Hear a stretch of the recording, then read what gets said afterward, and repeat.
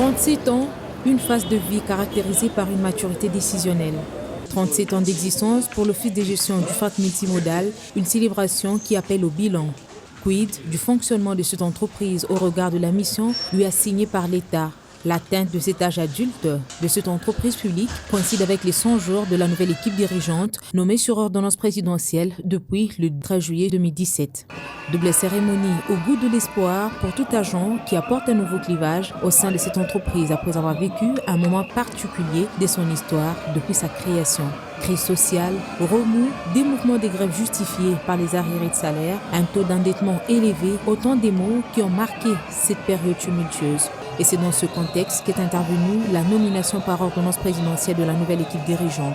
Patient Saïba Tamboué et Olivier Manzila, respectivement directeur général et directeur général adjoint de l'Office du fret multimodal. Aussitôt nommé, le haut fonctionnaire international se plie à l'exigence de la présidence.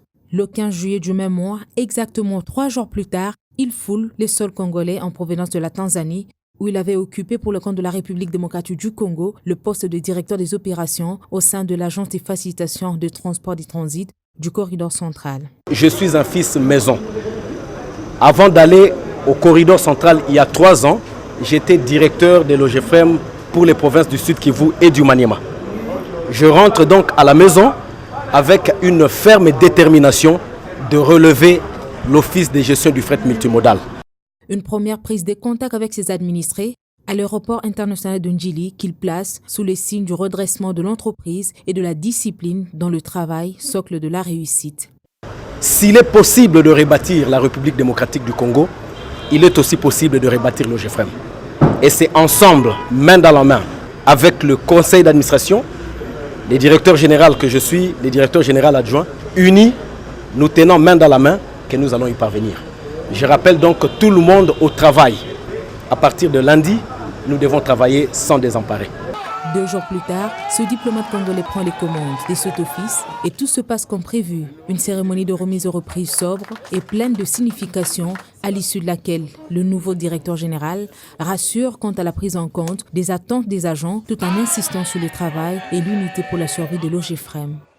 Je comprends vos attentes, mais c'est ensemble que nous allons relever ces défis parce que je n'ai pas de solution miracle. Je voudrais vous apporter un message de paix et de rassemblement. Une passation de pouvoir intervenue pendant un moment particulier avec des signaux au rouge tendant vers l'arrêt au regard de l'urgence dont dépendrait la survie de l'OGFREM. L'équipe a tout de suite commencé par un diagnostic, puis définition des priorités d'action pour un plaidoyer capable de ramener cet office au centre du cordon douanier, mettre fin au coulage de recettes, arrêter l'hémorragie et maximiser les revenus. Un jour, une action, les réalisations sont perceptibles et la paix sociale se réinstalle avec l'apurement des salaires. Aujourd'hui, les agents, les personnels peuvent travailler et espérer qu'à la fin du mois, il sera payé. Avec la nouvelle équipe, nous avons dû voir qu'il y a même des dispositions qui ont été prises pour renouer avec les formations médicales. La paix sociale qui est restaurée, c'est-à-dire les agents sont maintenant en paix, ils peuvent vaquer à leurs occupations sans tension.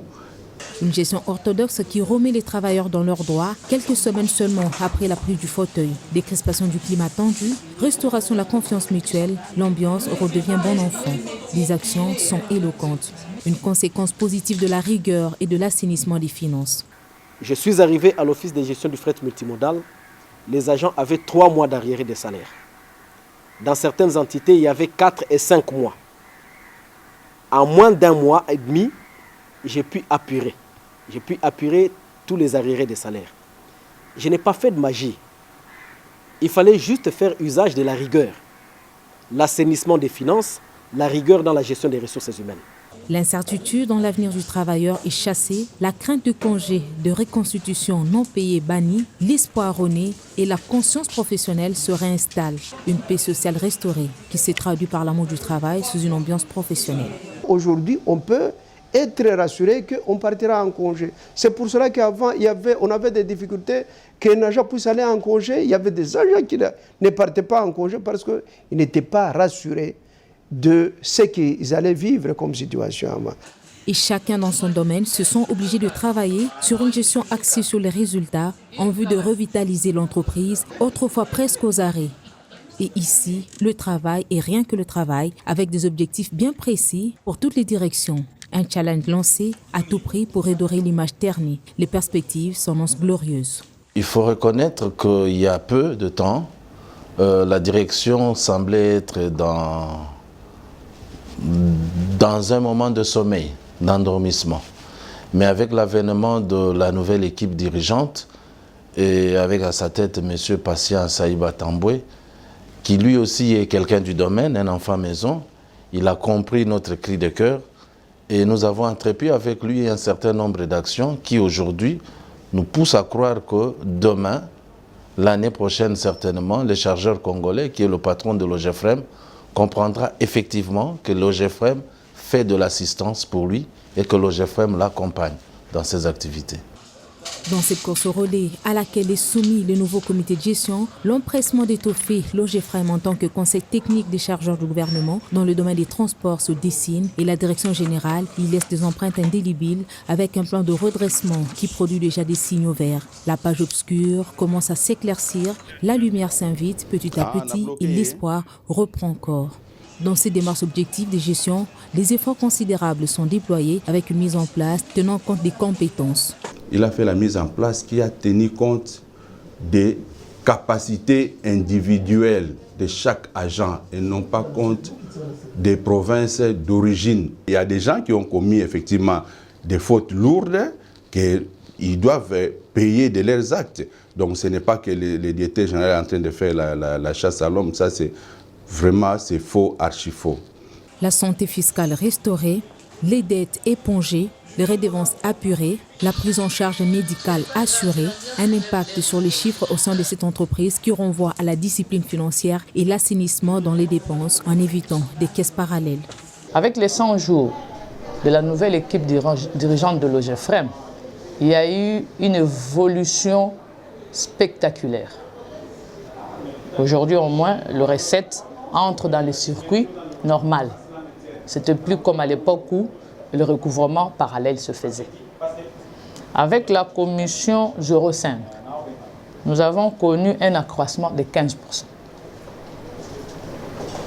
Avec la 1.8, que j'appelle commission d'intervention, nous avons connu un accroissement de 198%. Et les autres recettes, 15% aussi. La 1.8, pourquoi il a connu cette croissance vertigineuse? C'est parce que la nouvelle équipe est venue avec une vision autre. C'est-à-dire la vision d'être tout près de partenaires. Tous les partenaires qui interviennent dans le processus du commerce extérieur. Aujourd'hui, nous commençons à payer régulièrement les impôts, étant donné que nous ne sommes que de simples collecteurs. Nous ne payons plus, c'est-à-dire quand on paye les salaires, nous collectons, quand on paye la TVA, nous collectons. Au niveau de cotisation sociale, je crois que moi, ma retraite sera assurée. Parce que les cotisations sociales, c'est l'INSS, je paye pour préparer ma retraite. Mais à l'époque, on ne reversait pas. Mais aujourd'hui, le problème ne se pose plus. La défense des intérêts des opérateurs économiques avec une assistance de proximité, la promotion du commerce extérieur ainsi que la couverture totale du fret concourent à la performance de la direction générale qui a initié un cadre de concertation permanent avec tous les intervenants pour plus de résultats. Nous évoluons dans un secteur très difficile, le secteur du commerce et du transport. Il était donc important de rencontrer tout le monde, mais faire connaître, de connaître aussi tout le monde et inaugurer un cadre de concertation que je veux permanent, de manière à discuter le plus souvent des problèmes qui se posent dans notre secteur afin d'y apporter des solutions. Des rencontres permanentes, pas fortuites, mais plutôt solides et capables d'asseoir une bonne collaboration entre intervenants pour maximiser les recettes. La Fédération des entreprises du Congo, considérée comme interface entre l'OGEFREM et les opérateurs économiques, salue l'initiative. Le fait pour monsieur le directeur général de mettre en place ces cadres de concertation qui va commencer à se retrouver tous les 3 mois afin que nous puissions parler de tous les problèmes qui gangrènent justement les secteurs des transports et afin qu'ensemble, nous puissions toujours trouver des solutions durables. L'AFEC aura à puiser de bonnes informations à la source et ça nous permettra de répercuter ces informations aux chargeurs. Et pour la NEP qui autrefois mise en difficulté par cet office suite au mauvais paiement d'impôts et autres redevances de l'État, l'impact de la gestion rationnelle de cette nouvelle équipe est éloquente et au niveau des régies financières et des banques, l'orthodoxie s'affiche.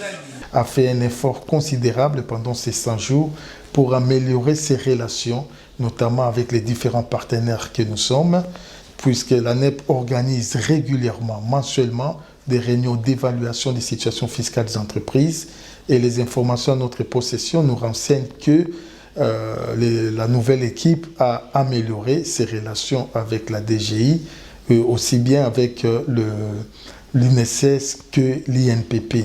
Il n'y a pas une bonne gestion sans paix sociale, le salaire est payé régulièrement. 100 jours pour cette équipe, une évaluation à mi-parcours qui signe progressivement le retour en force de cette institution étatique, autrefois criblée par des dettes. Déterminée à porter sa pierre des contributions dans l'émergence de la République démocratique du Congo par l'assistance de proximité, d'ici à l'horizon 2030, l'OGEFREM se range en ordre utile. Nous voulons développer notre pays et chaque jour nous disons que nous nous projetons qu'à l'horizon 2030, notre pays doit devenir un pays émergent. Eh bien, chacun, là où il se trouve, il doit y veiller. Et moi, comme directeur général, personne ne peut m'empêcher de mettre tous les moyens qui sont mis à ma disposition pour pouvoir réaliser le rêve de tous les Congolais, faire du Congo un pays émergent à l'horizon 2030, comme l'a souhaité son Excellence Monsieur le Président de la République, Joseph Kabila Kabange. Avec cette nouvelle approche de gestion, l'OGEFREM devient une affaire de tous les agents. Une cohésion qui salue le syndicat actuellement associé à tous les niveaux. Une innovation qui renforce le degré des collaborations entre la délégation syndicale et la direction générale. Tout se discute dans la transparence et ceci sans tabou. La nouvelle équipe dirigeante nous associe dans tous les secteurs de l'activité de l'entreprise. Ça, c'est une innovation que nous avons saluée, que nous avons applaudi, que les délégués n'ont pas demandé, mais que la nouvelle équipe a proposé pour plus de transparence. Les signaux du changement se font voir et vous voyez que la discipline s'installe. La discipline s'installe sur le plan de l'horaire. Aujourd'hui, 8h15, eh bien, les portes sont fermées. 100 jours ne sont ni peu ni assez, tout dépend des objectifs. 100 jours, ça suffit ou ça ne suffit pas pour stabiliser l'appareil. Je crois que les paramètres qui ont perturbé la stabilité de l'appareil étaient tellement grands qu'il faut beaucoup plus de temps pour stabiliser avant d'entamer les décollages. Il y a des signaux. Vous voyez derrière nous les ascenseurs qui sont là et tout. Il y a plusieurs temps, sur les deux appareils, nous n'avions qu'un seul qui fonctionnait et qui ne fonctionnait pas à 100% parce qu'il y a la journée de vendredi qui était sans ascenseur. Tout ça pourquoi? Parce que quelque part, il y a des clauses de contrat qui n'ont pas été respectées. En 100 jours, les réalisations tentent déjà à renverser la donne. Que faudra-t-il faire pour maintenir l'élan? La réponse des agents est simple. Il faut détribaliser et même dépolitiser l'entreprise. Un conseil à ne pas négliger. Le premier conseil que je peux donner à cette équipe dirigeante, c'est d'abord continuer sur cet élan, c'est la détermination. L'autre élément, c'est de continuer à se préoccuper de cette situation sociale des agents, parce que le travail est là, mais il est fait par l'homme. Détribaliser l'entreprise, dépolitiser l'entreprise, ça permettra à ce que la nouvelle équipe dirigeante puisse faire le travail. Donc nous devons rentrer tous ensemble, l'équipe dirigeante, les cadres de commandement, les agents, rentrer sur cet esprit de famille. À l'extérieur du pays, tout comme à l'intérieur du pays, les signaux sont forts. Déjà, en moins de 100 jours, l'OGEFREM et Sibertei amorcent le processus de mise en œuvre du protocole d'accord conclu en marge de la grande commission mixte RDC-RCA Pretoria sur la collaboration, le partage et échange d'expériences pour soutenir les fonctions stratégiques de ces deux chefs d'État. Une concrétisation au cœur des débats pour promouvoir le transport et stimuler le commerce et le développement sur le continent africain. Amorcés à Kinshasa, les échanges se sont poursuivis à Indaba 2017. L'Office y a axé son intervention sur le commerce et le transport en Afrique, une intervention audio de la Tribune qui a apporté des éclaircissements sur le rôle du transport dans le domaine économique, l'accroissement du commerce intra-africain et le renversement de la tendance. Et le prochain rendez-vous s'annonce en République démocratique du Congo au mois de février, une rencontre qui définira le rôle à jouer dans les dynamismes de l'amélioration du transport routier. Autre contact et expérience à maximiser, c'était aussi à l'issue de l'Organisation mondiale du commerce, forum tenu à Genève. En plus d'étoffer son carnet d'adresses, l'OGFRAM a partagé son expérience. Lorsqu'on est peut-être loin de la République démocratique du Congo, comme c'est le cas pour vous, on peut penser que les choses ne bougent pas en République démocratique du Congo, mais ce n'est pas le cas. Les choses avancent et notre présence dans ce genre de forum est un témoignage éloquent de l'engagement de la République démocratique du Congo à améliorer le climat des affaires. Les 100 joueurs de Saïba Tamboué font aussi allusion au lancement des travaux de construction du port sec de Kasumbalesa. Et avant de compter des jours à l'office, on retient aussi des adieux à Dar es Salaam, où le nouveau directeur général avait évolué comme directeur des opérations pour le compte de l'Agence de facilitation des transports d'étrangers du corridor central avant d'être rappelé au pays. Sa carrière internationale est reconnue à sa juste valeur par tous et au pays, on attend beaucoup de lui. J'ai eu à travailler avec lui sur des dossiers très importants comme la signature des accords aériens entre la RDC et le Burundi, comme la mobilisation du financement et d'un accord de financement entre la RDC et Trademark East Africa. Donc je garde quand même quelques résultats que nous avons pu achever et obtenir en si peu de temps que nous avons travaillé avec lui. Alors nous sommes également ravis parce que la plupart de ces initiatives que nous avons commencées ensemble ont commencé déjà à porter des fruits. Chez les ambassadeurs des pays membres du corridor central, les attentes restent nombreuses. Saïba s'en va et laisse les œuvres qui continueront de parler de lui au sein de cette famille économique. Monsieur Saïba a beaucoup travaillé pour le développement du corridor central. Sa position comme étant directeur général de l'OGFRAM est capitale pour le développement économique entre la RDC et le Rwanda, ainsi que les autres pays du corridor central. Je suis convaincu qu'à Kinshasa, il y a des dossiers qui concernent le corridor qui passeront certainement sur sa table, auxquels il faudra qu'il se penche pour qu'il puisse faire avancer les projets qui nous sont communs, entre le Burundi et la République démocratique du Congo. Toutes les portes des ambassades lui ont été ouvertes pour la circonstance, de même pour l'ambassade de la Belgique en Tanzanie. Nous avons très bien travaillé avec Patient dans le cadre du corridor central, qui reste un dossier très important pour tous les pays de la région. Nous regrettons évidemment de ne plus l'avoir comme interlocuteur direct et on ne peut aussi que le féliciter pour sa nomination. Et pour l'ambassadeur plénipotentiaire de la République démocratique du Congo en Tanzanie, Patient Saïba Tamboué est appelé à défendre le choix de la présidence porté sur sa personne. Notre devoir, c'est d'assumer pour que celui qui a pensé à vous ne soit pas déçu en se disant « je me suis trompé en envoyant cette personne à tel endroit ».